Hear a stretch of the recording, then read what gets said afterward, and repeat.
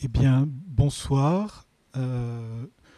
Vous êtes comme beaucoup d'assistants des conférences du mois de juin, peu nombreux, mais c'est les absents qui ont tort, bien entendu. Donc merci d'avoir bravé les éléments pour venir jusqu'aux archives de Lyon. Et surtout, merci à Bernard Gauthier, donc géographe, professeur à l'Université Lyon 3,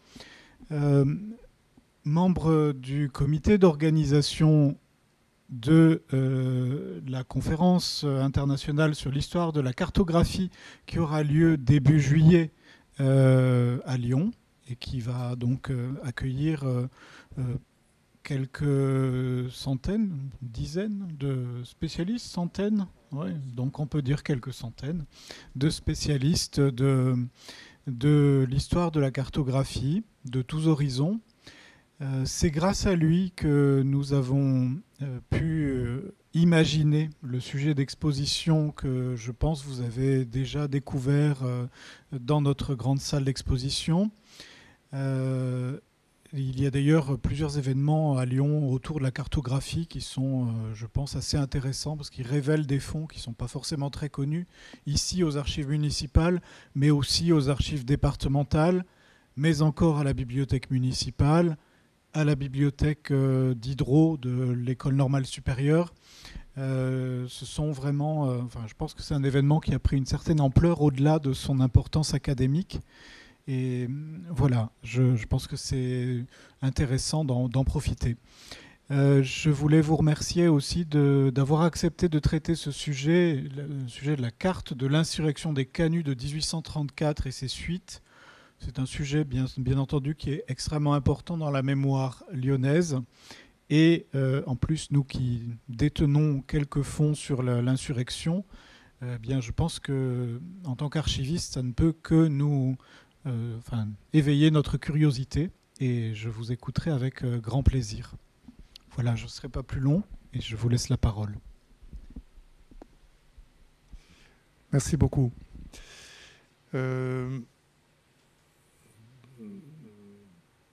Je cherche mes mots. Donc évidemment, je vais parler de cette carte, hein, c'est bien l'objet, qui d'ailleurs, au passage, ne se trouve pas dans les fonds de la bibliothèque municipale et qui, semble-t-il, n'a pas été identifiée dans les fonds lyonnais.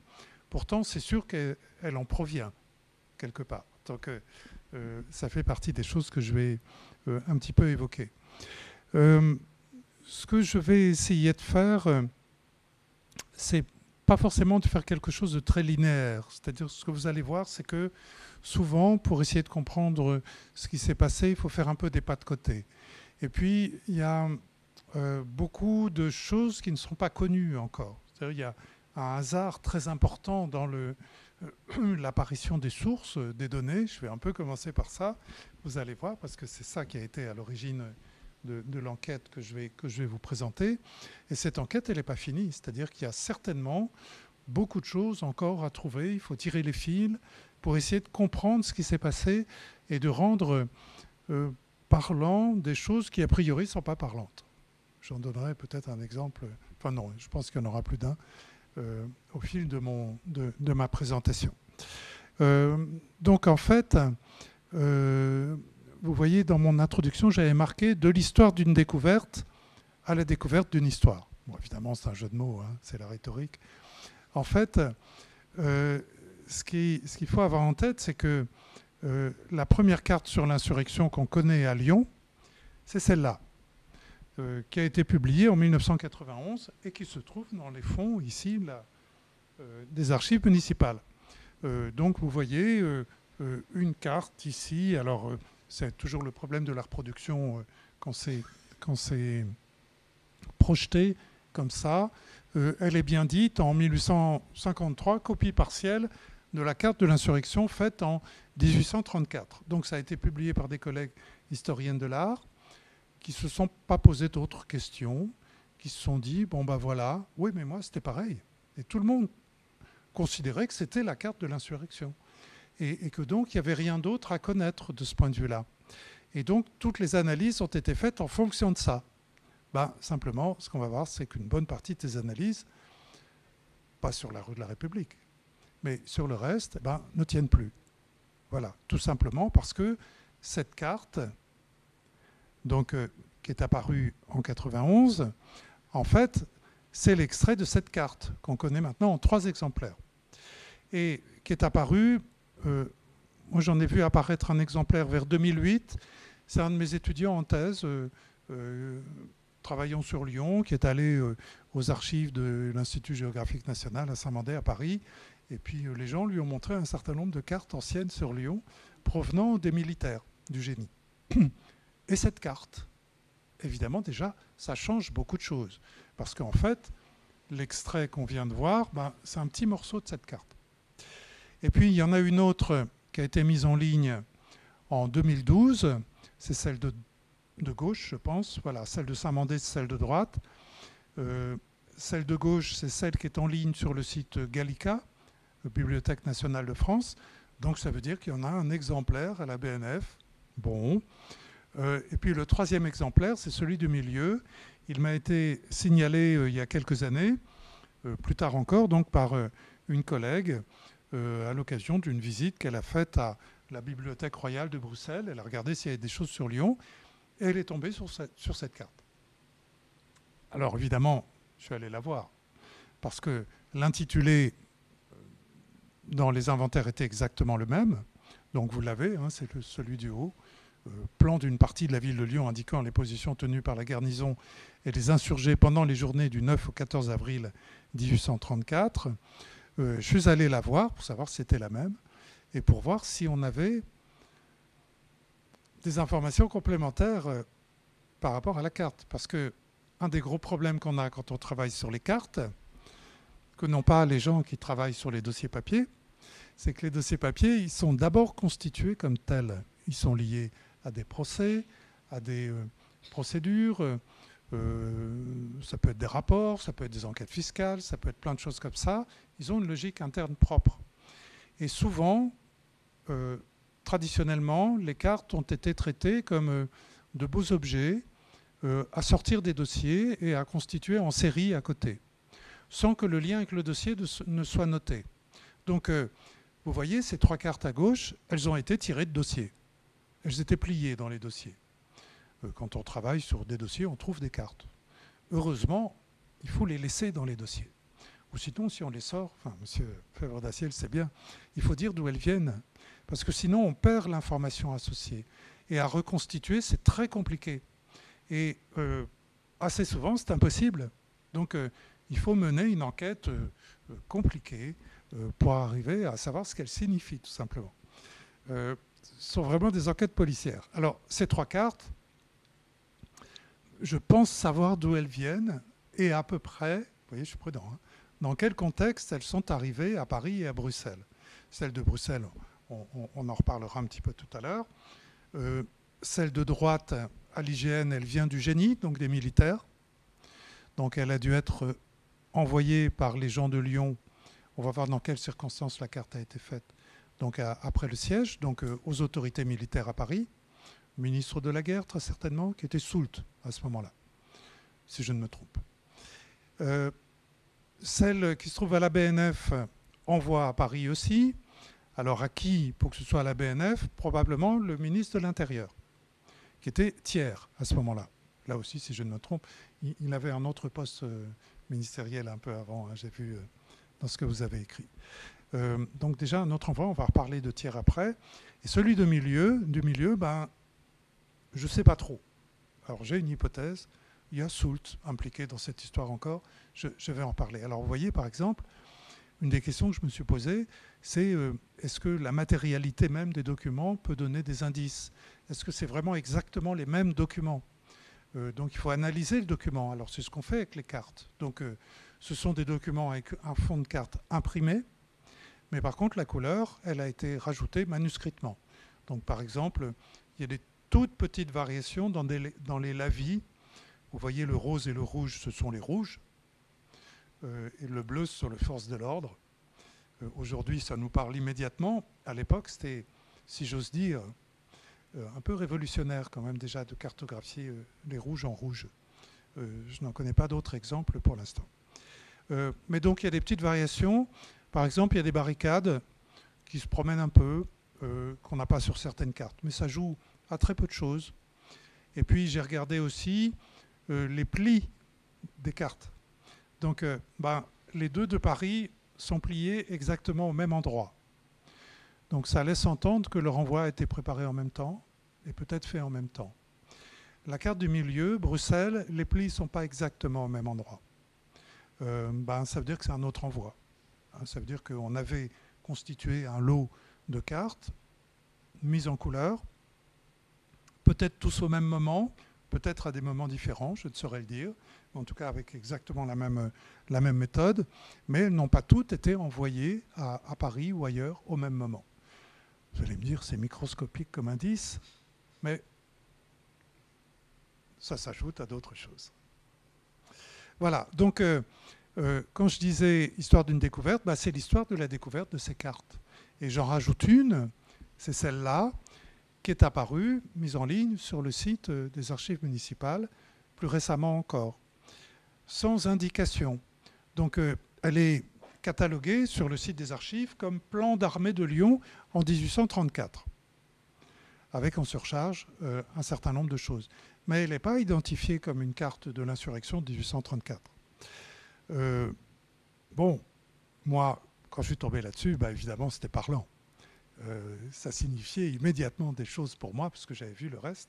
Mais pour le commun du lecteur des archives, c'est beaucoup plus compliqué. Donc, je vais revenir à ça. Donc, vous voyez l'importance de l'heuristique, en quelque sorte, parce que ce n'est pas seulement le hasard des choses. Il y a le hasard de la mise en ligne. Aujourd'hui, c'est extrêmement précieux. Mais évidemment, si c'est mis en ligne, il faut aller voir les sites. Donc, par exemple, Gallica, la BNF sur Lyon, régulièrement, je vais voir. Mourad Langry m'a signalé qu'il y avait des choses qui étaient apparues tout récemment. Je vais aller voir. Voilà, et c'est comme ça partout. Maintenant, à Bruxelles, j'y suis allé, ils ont mis en ligne normalement la carte. Avant, elle ne l'était pas, on avait juste l'intitulé. Donc, il faut aller voir, il faut vérifier, pour voir le dos, par exemple, des documents. Bon, en l'occurrence, il n'y avait rien. Mais tant qu'on ne l'a pas vu, on ne peut pas être sûr. Donc, une espèce de veille, et puis au bout d'un moment, on assemble les éléments dont on dispose pour essayer de comprendre ce qui s'est passé. Mais l'enquête historique, c'est souvent ça. Que ça porte sur des cartes ou sur autre chose, c'est souvent ça. Alors parfois, on a des sources, excusez-moi, c'est pas tout à fait le sujet, mais le reste va aller relativement vite. Souvent, on a des sources qui sont très importantes et qui permettent en elles-mêmes, alors on peut compléter par d'autres choses, mais déjà de couvrir très largement une thématique. Et c'est souvent, c'est assez régulièrement le cas des documents papier. Comme par hasard, c'est souvent d'ailleurs ce qui a d'abord été exploité par les collègues historiens. Par moi-même aussi, je ne vous le cache pas, pour certaines sources. Voilà, donc qu'est-ce qui apparaît à la suite de ça? Tout d'abord, l'enchaînement des publications et des découvertes n'a rien à voir avec l'enchaînement réel des documents qu'on vient de voir. Parce qu'évidemment, le premier document, c'est celui-là. C'est ce qu'on appelle un plan minute. C'est-à-dire qu'on a pris un document préexistant et on a reporté dessus, on a colorié dessus la cartographie de l'insurrection. D'ailleurs, ce n'est pas indiqué, ça je vous le dis parce qu'on peut le savoir maintenant, il n'y a pas de doute, mais ce n'est pas indiqué sur le document. Le document ne porte quasiment aucune indication sur les surcharges qu'il comporte. Ou pourquoi est-ce qu'on a une retombe en haut pour vase? On le voit, il y a de la couleur, ça veut dire qu'il y avait des rouges, qui étaient souvent d'ailleurs des tisseurs de la soierie. Et puis, je vous ai fait un petit extrait à gauche qui montre un peu plus en détail le rouge et le bleu. Alors, le bleu ne se voit pas très bien.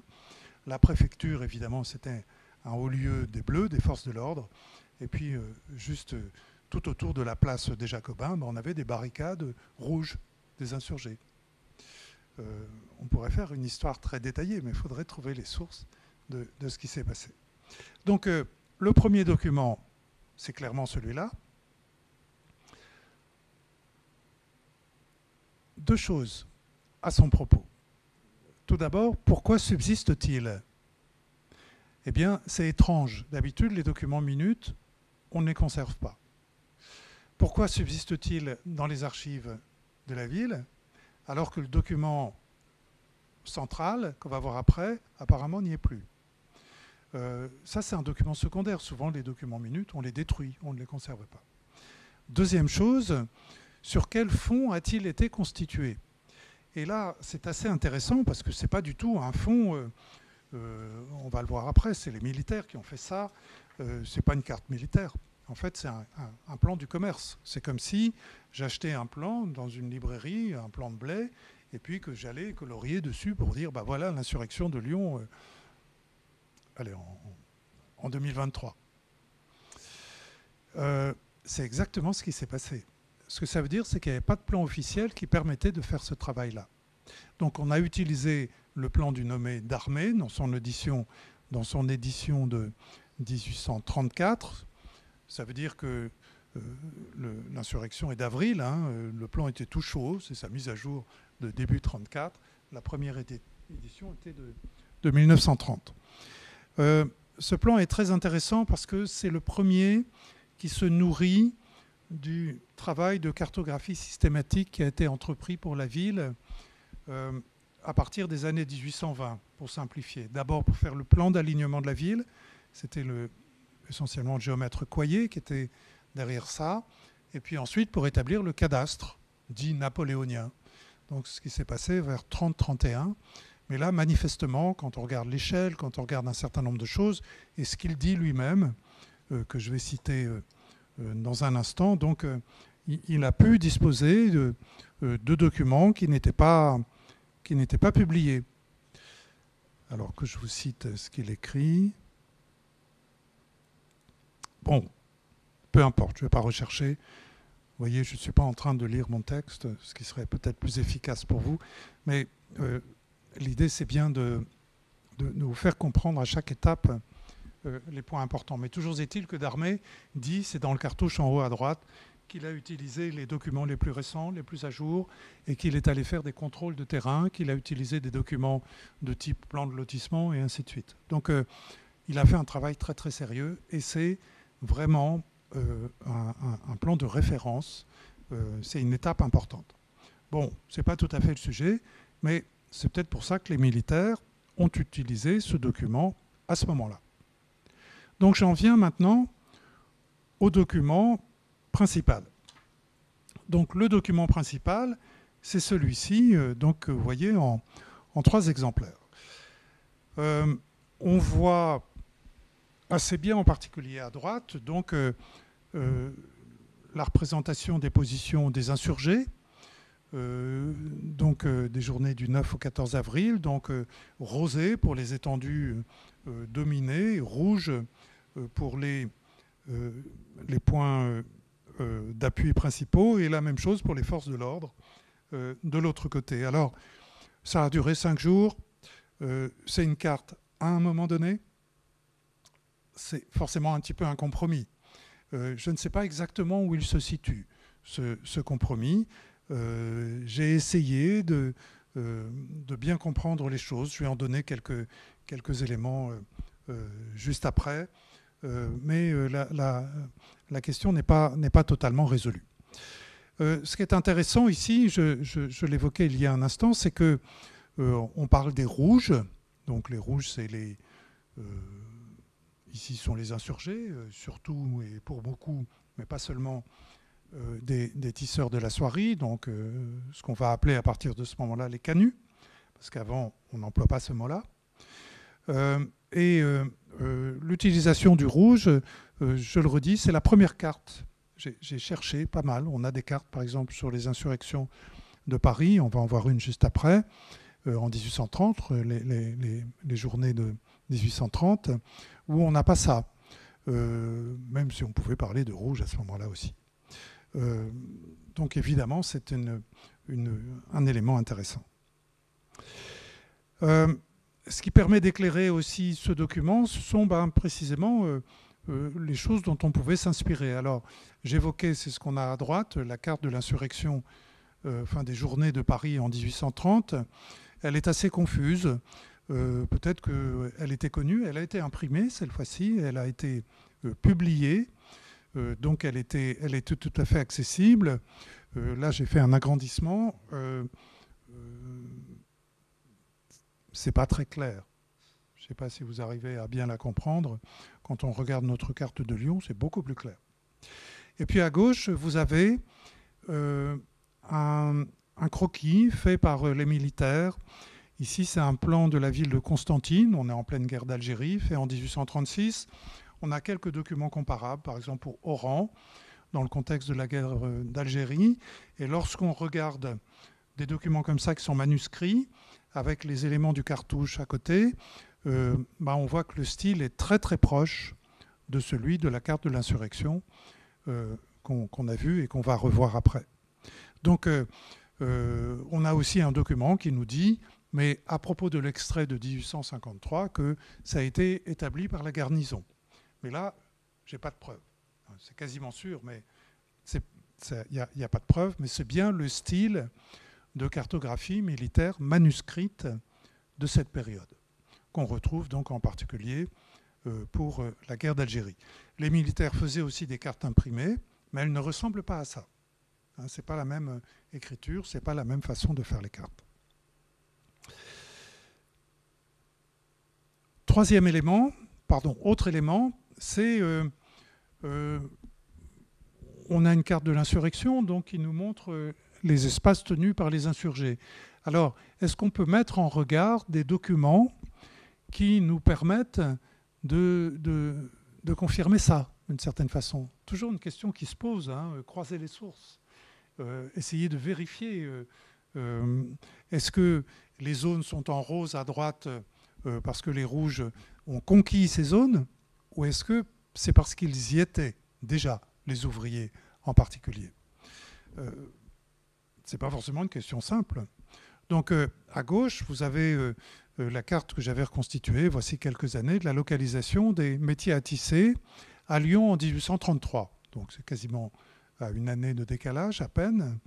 Et on voit que ça correspond très bien. C'est-à-dire que les zones lavées en rose à droite correspondent très bien aux espaces où on avait des métiers à tisser la soierie. Alors je les commente. Les pentes de la Croix-Rousse, ici, c'est ce qu'on a là. Les pentes de Fourvière, c'est ce qu'on a ici. D'ailleurs, de part et d'autre du quartier de la cathédrale, où on en avait très peu. Sur la partie de la presqu'île au sud des Cordeliers jusqu'à Bellecour, ça correspond à cette partie-là, pas à celle-là. J'y reviendrai tout à l'heure. Et puis on en avait aussi après au sud de Bellecour, ici, mais là, donc apparemment l'insurrection n'a pas été active. Pourtant on en avait.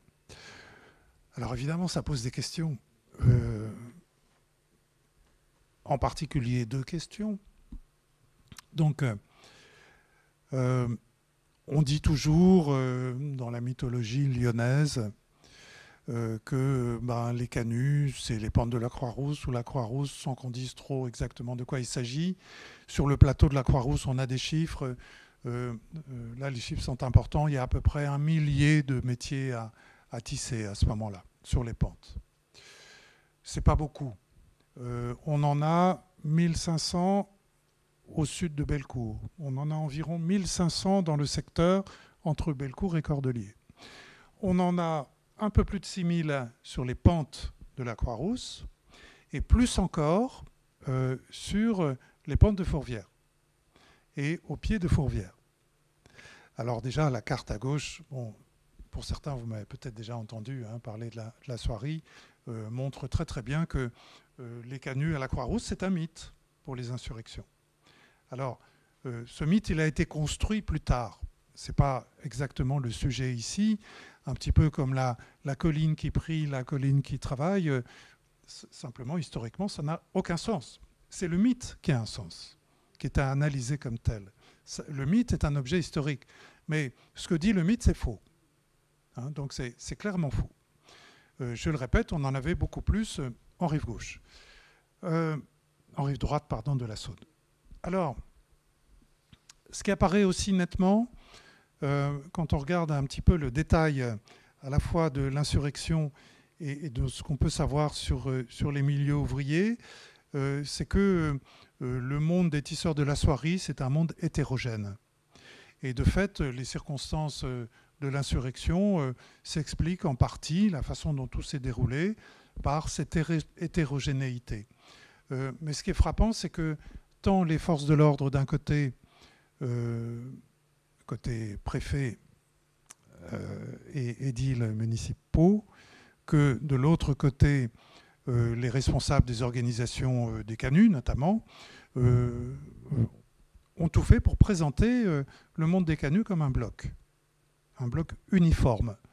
Quand on relit ce qui a été publié dans les revues des tisseurs, par exemple, on voit apparaître, mais c'est parce qu'on en a fait l'analyse avant, on voit apparaître des tiraillements, mais on en voit apparaître très très peu. Alors, l'explication que j'en donne, c'est que pour les forces de l'ordre, c'était plus intéressant de dire, bah voilà, c'est un bloc, donc on condamne tout le monde en même temps, on ne fait pas de tri. Et puis pour les canuts, c'était on fait bloc, donc on est plus fort. Hein, c'était une position qui se tenait tout à fait. Alors quelles étaient les quelques catégories qu'on peut trouver à l'intérieur des populations des tisseurs de la soierie? Alors ces distinctions vont se fonder sur différents critères. Par exemple, le critère économique. Donc on voit très bien que sur les pentes de la Croix-Rousse, si je prends la rue Pierre-Blanc, qui est une rue qui a été établie en 1820, les immeubles sont construits très rapidement, tous occupés par ce qui va devenir la plus grande concentration dans la ville de tisseurs de la soierie, dans les années qui suivent, les années 1820. Les valeurs locatives des ateliers sont plus de 2 fois supérieures aux valeurs locatives des ateliers de la Grande Côte. L'âge moyen des gens qui tiennent les ateliers est presque la moitié, pas tout à fait, c'est entre 25 et 30 ans au lieu de plutôt 45 ans, que ceux des chefs d'atelier de la Grande Côte. Leur taux, on le sait, en 1833, leur taux d'équipement en métier jacquard est beaucoup plus élevé. Ce que vous avez, c'est 2 populations complètement différentes. C'est d'un côté de petits entrepreneurs qui sont dans une logique d'enrichissement et de développement économique, et puis de l'autre côté, une population vieillie d'une activité dans son aspect un peu archaïque. Et évidemment, c'est très très différent. D'ailleurs, les gens de la rue Pierre-Blanc, mais aussi de l'immeuble Brunet, hein, celui aux 400 et quelques fenêtres, parfois on a dit que c'était une citadelle de l'insurrection, ça me fait rire, parce que absolument pas. Parce que là, on avait des tisseurs qui étaient en ascension sociale. C'est ces gens-là qui revendiquaient d'être respectés. C'est une des causes de l'insurrection. C'est pas tant le célèbre tarif, même s'il a eu son importance, que, et on le voit très bien dans le texte, une demande très forte d'être respecté et de pouvoir vivre bourgeoisement et avoir cette image de bourgeois. Et donc là, on en avait dans l'immeuble Brunet. Au passage, d'ailleurs, en travaillant sur les recensements, on voit que la municipalité, en liaison avec la préfecture, avait implanté dans un certain nombre de lieux, notamment sur les pentes de la Croix-Rousse, de toutes petites unités policières pour surveiller les ouvriers. Et on en avait dans l'immeuble Brunet. Mais on a aussi des gens qui résident dans d'autres lieux. Ça mériterait d'être étudié plus à fond, évidemment. Voilà. Autre fait qui a pu jouer, c'est évidemment l'adhésion idéologique des différents groupes. Dans cette rue Pierre-Blanc, on a une partie des gens qui écrivent dans les revues des canuts. On a une concentration d'intellectuels, si vous voulez, de ce milieu, ce qu'on n'a absolument pas à Pierre-Cise ou en bas de Fourvière ou montée de la Grande Côte. On n'a pas du tout ces gens-là. Là, on a des gens qui ne s'expriment pas. Alors, du côté de Fourvière, on peut aussi soupçonner une attitude liée au fait qu'on a une présence de religieux qui commence à être assez forte. C'est-à-dire que là, on a un retour, enfin, ce n'est pas vraiment un retour, on a un certain nombre de communautés religieuses qui commencent à s'installer au 19e sur Fourvière. C'est aussi ça qui permettra de dire que c'est la colline qui prie, mais c'est d'abord un endroit où on travaille, hein, et de très très loin. Donc ça aussi, ça mériterait d'être creusé. C'est pas facile à documenter d'après d'une part ce qui a été écrit, parce que ce qui a été écrit ne parle quasiment pas de tout ça. Je pense à ce qu'a fait notamment Ludovic Frobert de l'ENS, qui a beaucoup travaillé sur les revues des canuts. On n'a pas ça dans les revues des canuts. Ça n'apparaît nulle part. Donc ça donne cette impression de bloc. Et si on travaille sur des sources qui ne parlent que de blocs, bon, on va parler de blocs, évidemment. On va pas voir la finesse du grain de ce qui a pu se passer. Voilà, donc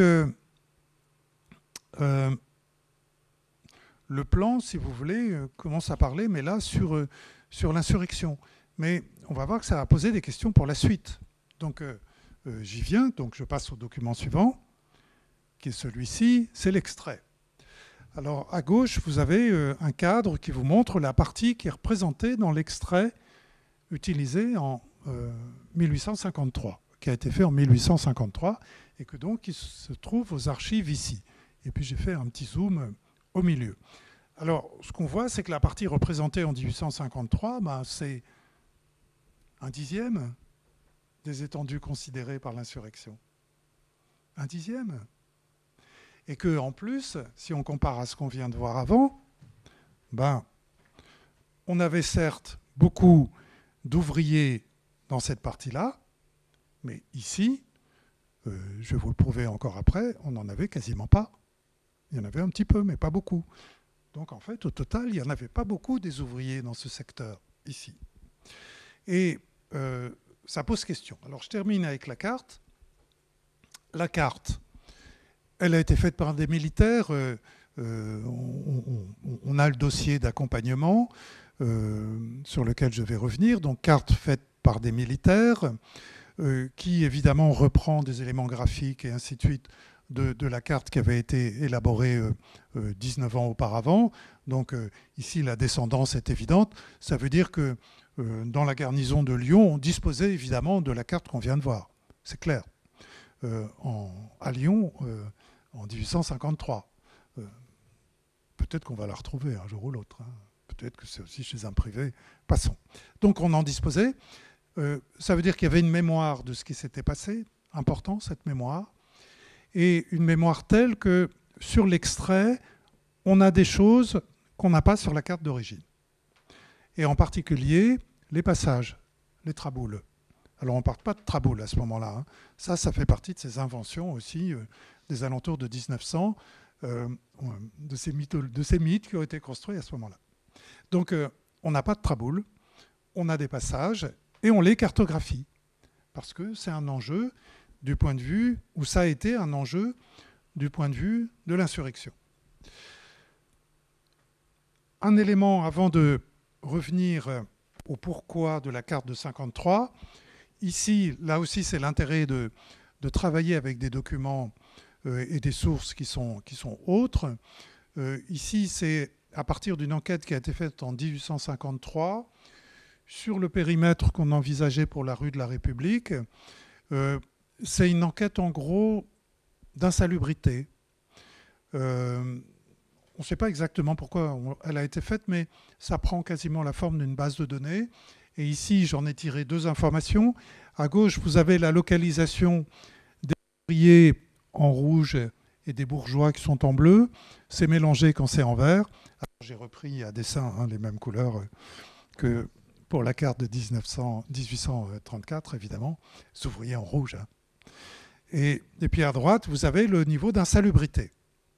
Ça, c'est intéressant. Donc, où c'est en violet, c'est insalubre. Où c'est en vert, vert-jaune, c'est salubre. Et puis, quand c'est légèrement bleuté, c'est un peu entre les deux. L'enquête est intéressante parce qu'on voit que les enquêteurs, dans certains cas, ne sont pas rentrés au fond des parcelles. Et s'ils ne sont pas rentrés, c'est parce qu'ils ne se sentaient pas rassurés. C'est tout à fait évident. Alors, ils étaient accompagnés de forces de police, hein, mais il y a des immeubles, on n'a pas l'information à l'intérieur des parcelles. Je vais revenir un petit peu à ça parce que c'est un indice, là aussi, qui est intéressant.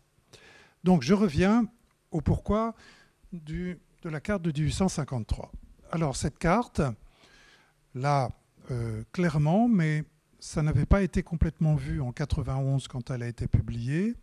Elle accompagne un dossier qui est en fait le plan de transformation de Lyon, envoyé par le préfet avec fonction de maire, aussi conseiller d'État Weiss, Claude Marius Weiss, si je ne me trompe, donc au ministère de l'Intérieur de Persigny, pour visa à l'empereur. Donc en gros, il envoie son projet de réaménagement de la ville pour visa à l'empereur, qui d'ailleurs va signer très vite. Hein, ça se passe entre novembre et je crois le 10 ou 12 décembre 53. L'empereur signe très vite. Et c'est d'accord. Et donc le plan, qui est cité dans le texte du dossier, ça veut dire qu'on doit l'avoir à Paris quelque part, mais il n'est toujours pas sorti dans ce qui a été numérisé à Paris. Vaut peut-être mieux, parce que vaut peut-être mieux qu'il reste dans le dossier, pour qu'on comprenne bien les choses. Toujours est-il que ce plan est là pour justifier des percées qui sont proposées au centre de la ville. Alors suivez-moi bien.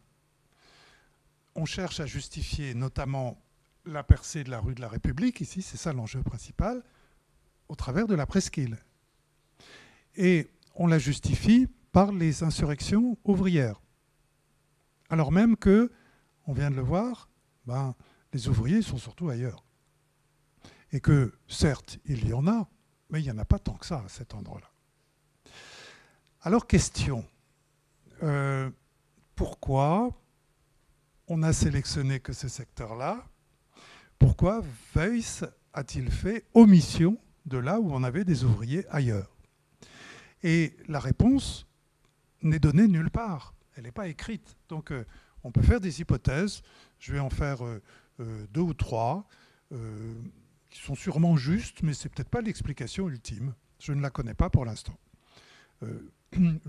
Un des éléments, je viens de le découvrir, vous voyez, en travaillant, en faisant des connexions. Première chose, on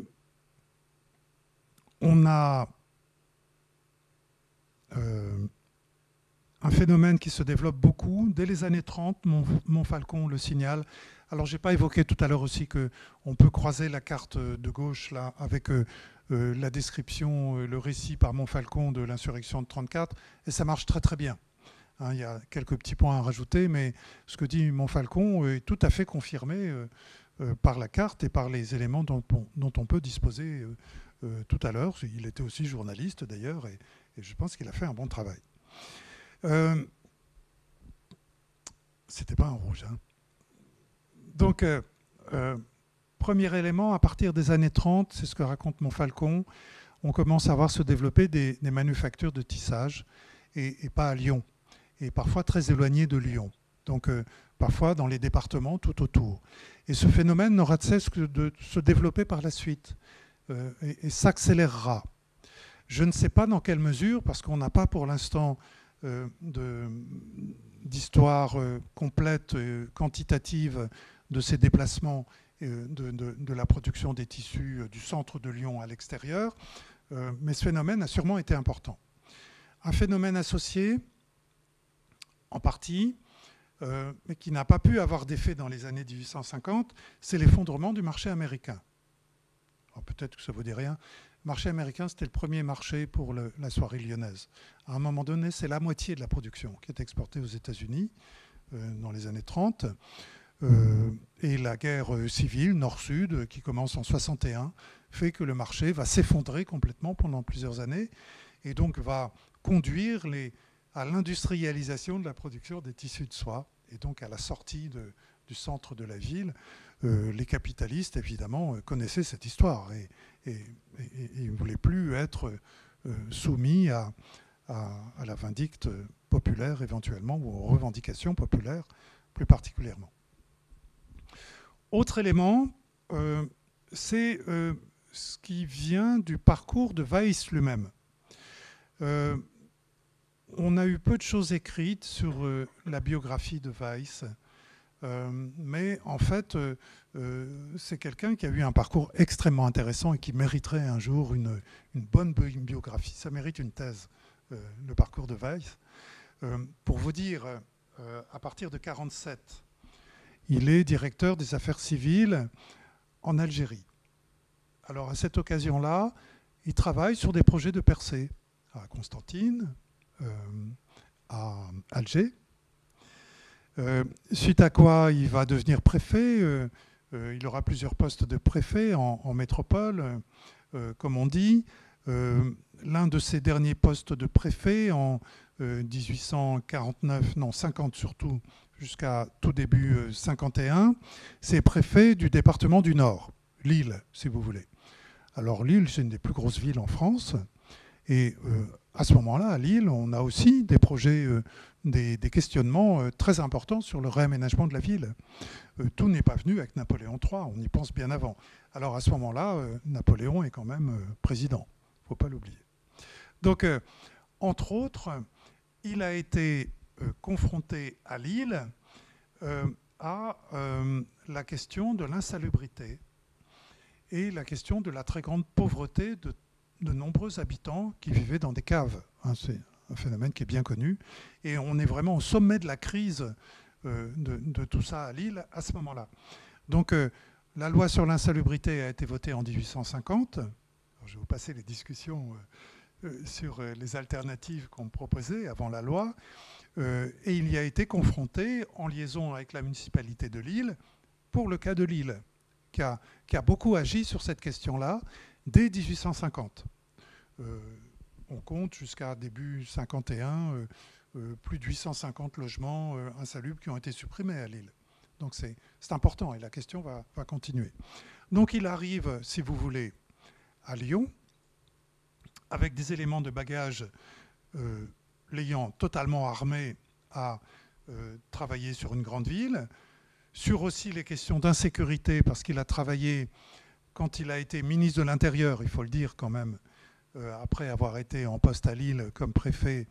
Alors il n'a pas été ministre longtemps, il a été ministre 2 mois et demi, je crois, mais il a travaillé dans une commission pour régler les problèmes d'insécurité à Lyon. Et puis, il s'approchait de la retraite, en fait, tout simplement après. C'est Haussmann qui devait prendre Lyon. Et puis, De Persigny, ministre de l'Intérieur, va chercher son ancien collègue parce qu'il n'avait plus personne pour s'occuper de Lyon, en gros. Et Weiss finit par accepter. Mais ça veut dire que Weiss avait tout le bagage pour travailler sur une grande ville. Et il a dû se poser la question, on en a quelques traces dans les sources, est-ce qu'on utilise la loi sur l'insalubrité, d'où cette enquête que je vous montre, qui a été faite en 1953, ou est-ce qu'on utilise d'autres outils pour transformer le centre de la ville? Enfin, je pense que il a été un peu retors, Weiss, dans cette histoire, dans sa présentation du projet à l'empereur. Alors, peut-être que l'empereur le savait très bien. Je pense qu'il ne faut pas être dupe non plus. Ils se connaissaient bien depuis des années. Ils avaient dû se rencontrer à de multiples reprises. Weiss ayant été ministre de Napoléon quand il était président, ayant eu des grands postes de préfet. Alors évidemment, quand il était en Algérie, c'était un peu différent. Donc ils se connaissaient personnellement aussi. Donc il a un peu retort, parce que justement, il ne dit pas que la plupart des ouvriers habitent en dehors de ce secteur. Alors, qu'est-ce qui fait que c'est d'abord ce secteur-là qu'on va raser? Précisément, il y a une question d'insalubrité. C'est le quartier, entre les Cordeliers et les Jacobins, c'est le quartier le plus pauvre et le plus insalubre de la ville. Et là, ce qu'il avait fait à Lille l'avait rendu très sensible à tout ça. Donc je pense que ça, c'était un argument très important. On a, évidemment, dans le dessin du projet, on a l'argument, vous le connaissez, de faciliter l'accès des troupes au centre de la ville en cas de besoin, en cas d'insurrection. Mais l'argument, je souris parce qu'il ne tient pas. À partir du moment où vous faites partir les ouvriers, il n'y aura plus d'insurrection au centre de la ville. Alors après, se pose la question, par qui vont-ils être remplacés? Mais à partir du moment où il n'y en a plus, il n'y a plus de raison qu'il y ait d'insurrection. Bon, c'est quand même étonnant que la place de la République soit précisément à l'épicentre de cette insalubrité. Comme si on avait voulu laisser un vide là où c'était le plus détestable, en quelque sorte. C'est assez étonnant. On a des phénomènes parfois comme ça dans les interventions sur les villes. Et puis enfin, dernière chose que je n'ai pas évoquée, quand il était ministre de l'Intérieur dans le gouvernement du président Napoléon, il le dit très bien dans son rapport à l'empereur. Il rappelle à l'empereur qu'il a été chargé, qu'il s'est occupé de réaménagement à Paris quand il était ministre, même s'il n'a pas été ministre longtemps, et qui ont été des opérations de rénovation urbaine, c'est-à-dire de destruction et reconstruction. Alors j'ai cherché de quelles opérations il s'agissait, c'est pas très facile. Il y en a une qui est probable, c'est le dégagement des abords de l'hôtel de ville de Paris qui se fait en 1850-51 surtout, où on démolit un nombre d'immeubles importants, on crée une caserne à l'est de l'hôtel de ville, mais ça pourrait être aussi le boulevard de Sébastopol. C'est la première très grande percée parisienne. Et là, si c'est le cas, ben, ça veut dire qu'il avait les outils dans son bagage pour faire la rue de la République. Outils juridiques, outils fiscaux, outils économiques. Ce qui a fait la réussite de la rue de la République, j'anticipe un tout petit peu sur la suite, c'est le fait que on a fait partir des gens. L'opération a très bien marché, je le dis au passage, ce qui fait qu'on a enchaîné immédiatement avec la rue Édouard Herriot, rue de l'Impératrice, rue impériale, rue de l'Impératrice. Au total, on a déplacé dans la décennie qui a démarré en 1954, la douzaine d'années qui a suivi, peut-être 30 000 personnes. C'est-à-dire plus de la moitié des habitants entre Place Hétéreux et Place Bellecour. C'est quand même une très très grosse opération et avec une immense réussite économique parce que alors là, ce n'est pas le sujet, je ne vais pas rentrer dans le détail, mais la rue de la République, vous voyez, on commence la réflexion, on a l'accord de l'empereur fin 53, on commence les travaux de démolition fin 54. Peu après, d'ailleurs, Weiss fait un discours dans lequel on voit qu'il est soulagé, parce que ça veut dire que les évictions ont commencé et qu'il n'y a pas eu de nouvelle insurrection. Donc les gens n'ont pas protesté. Alors on les a beaucoup accompagnés aussi. Donc il y a eu des indemnités, on leur a proposé des terrains en rive gauche pour qu'ils puissent éventuellement construire une baraque et ce genre de choses. Cette histoire de l'accompagnement, j'en ai pisté un certain nombre d'éléments, mais il y a encore du travail dessus. Et donc, fin 57, tous les immeubles de la rue de la République sont construits. Ça veut dire l'opération a été menée en 3 ans maximum. Alors imaginez une opération où vous construisez à peu près plus de 3000 mètres de façade en 3 ans. Aujourd'hui, on ne saurait pas faire. Donc c'est une opération tout à fait fantastique. Et qui a conduit à un profit extrêmement considérable. Donc on a quelques indices. Dans un rapport du conseil d'administration de la Société anonyme de la rue impériale, en gros, on laisse entendre que le profit sur la première année, c'est-à-dire c'est en partie 57 déjà et le début 58, en gros, les loyers ont rapporté, si on les rapporte au montant de l'investissement, environ 12% sur l'année. Taux de retour, 12%. Là aussi, 12% pour des promoteurs immobiliers aujourd'hui, c'est le jackpot. Et c'est du locatif.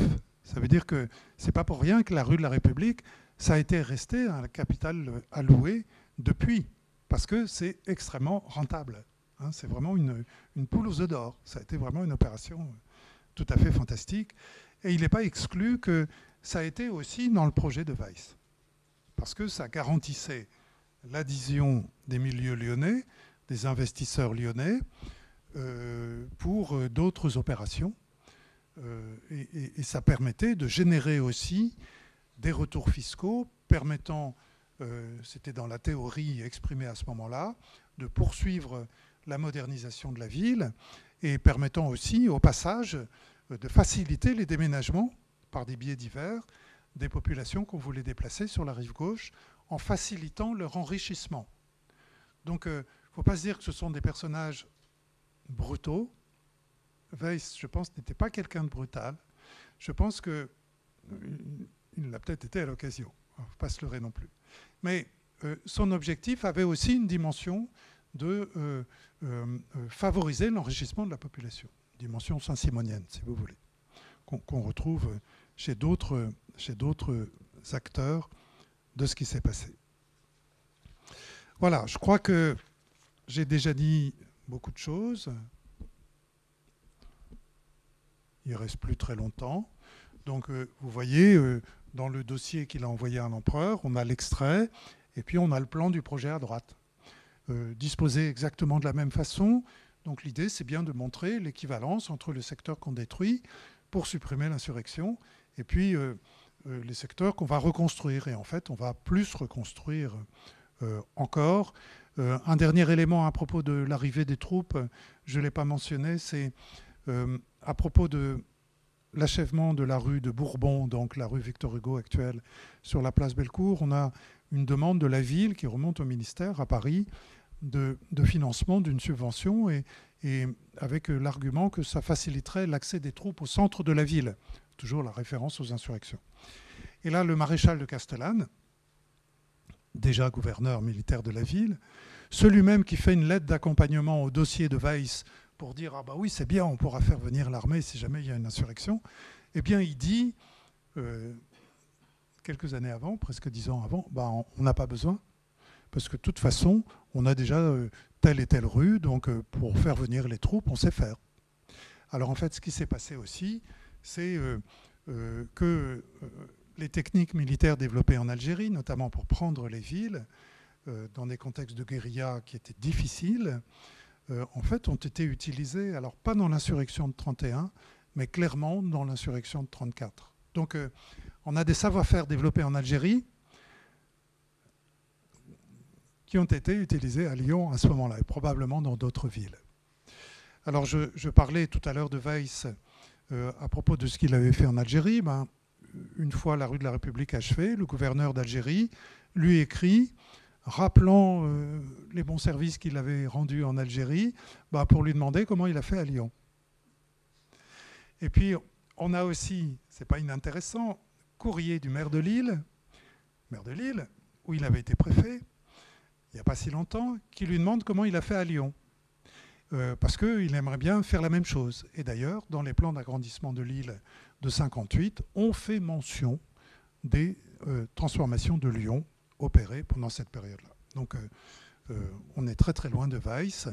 On est bien ici dans une forme d'exemplarité, enfin très loin d'Haussmann, pardon, une forme d'exemplarité de ce qu'a fait Weiss, mais aussi par son parcours antérieur dans différents lieux de sa carrière professionnelle, en quelque sorte.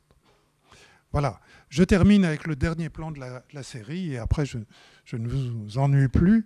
Donc c'est celui-là, très beau document, qui se trouve aussi en copie à Paris, mais je pense qu'on en a des copies ici. Alors j'ai regardé sur ce qui était en ligne, mais je ne l'ai pas vu, mais il faut que je cherche un peu plus. Document imprimé qui montre les réalisations qui ont été faites entre 1853 et surtout 54 et 61 à peu près.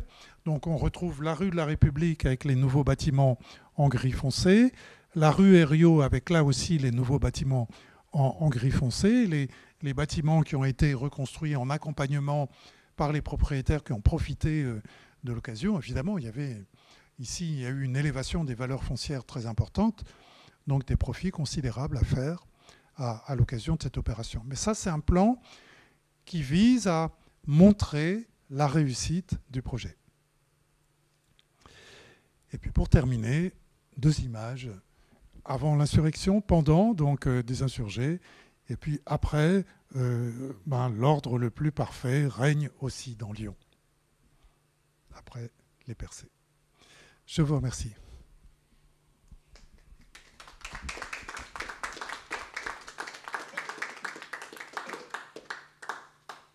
J'ai oublié de vous dire pourquoi on avait un plan à Bruxelles. C'est vrai, hein ? Alors j'ai cherché, je n'ai pas la réponse absolue. Qu'est-ce qui s'est passé à Bruxelles? On a eu un événement juste avant, au mois d'avril aussi, où ce n'est pas vraiment une insurrection, mais ça se passe les 5 et 6 avril 1934. On a 17 maisons et cafés qui ont été saccagés, pas de victimes humaines. Et en fait, ce sont les orangistes qui avaient fomenté des choses. C'est à un moment donné où le gouvernement belge n'est pas complètement assis et où on a des factions pro-Pays-Bas qui cherchent encore à fomenter une révolte politique pour reprendre le pouvoir en vue d'une fusion entre Belgique et Pays-Bas. Donc les autorités ont été totalement prises au dépourvu. Mais on sait qu'une grande partie des officiers civils et militaires dépendant du gouvernement belge, à ce moment-là, sont français. Beaucoup de gens qui avaient travaillé sous l'Empire. Donc leur relation avec les autorités françaises permettait la transmission de documents et de savoir-faire relatifs à l'ordre public. Pendant les troubles, le ministre belge de la guerre était le français Évin, qui avait servi sous Napoléon, et on avait de nombreux généraux servant en Belgique, là encore, comme il l'avait fait sous Napoléon, Gérard, Hurel, Després, Sébastiani. Et il est intéressant de noter que le maréchal français Soult avait supervisé les troupes contre l'insurrection de 1931 à Lyon, en tant que ministre de la guerre, et qu'il avait fortement admonesté Aymar, donc gouverneur de Lyon en 1934, en lui disant qu'il était incompétent et qu'il ne réagissait pas assez fermement. Et il était, à ce moment-là,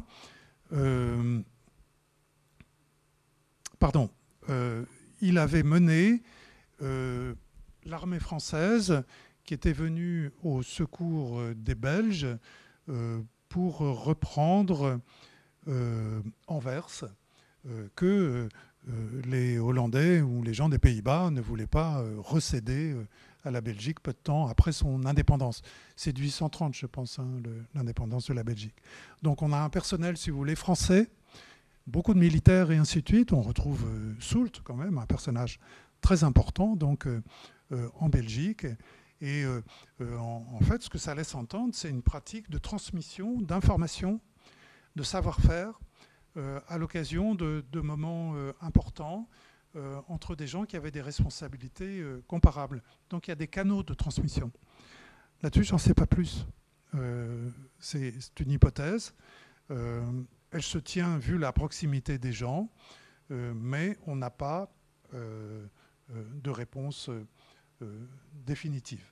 Alors on peut ajouter que Thiers, qui était ministre de l'Intérieur en 1934, hein, a joué un rôle important dans le remplacement de Soult en juillet 1934.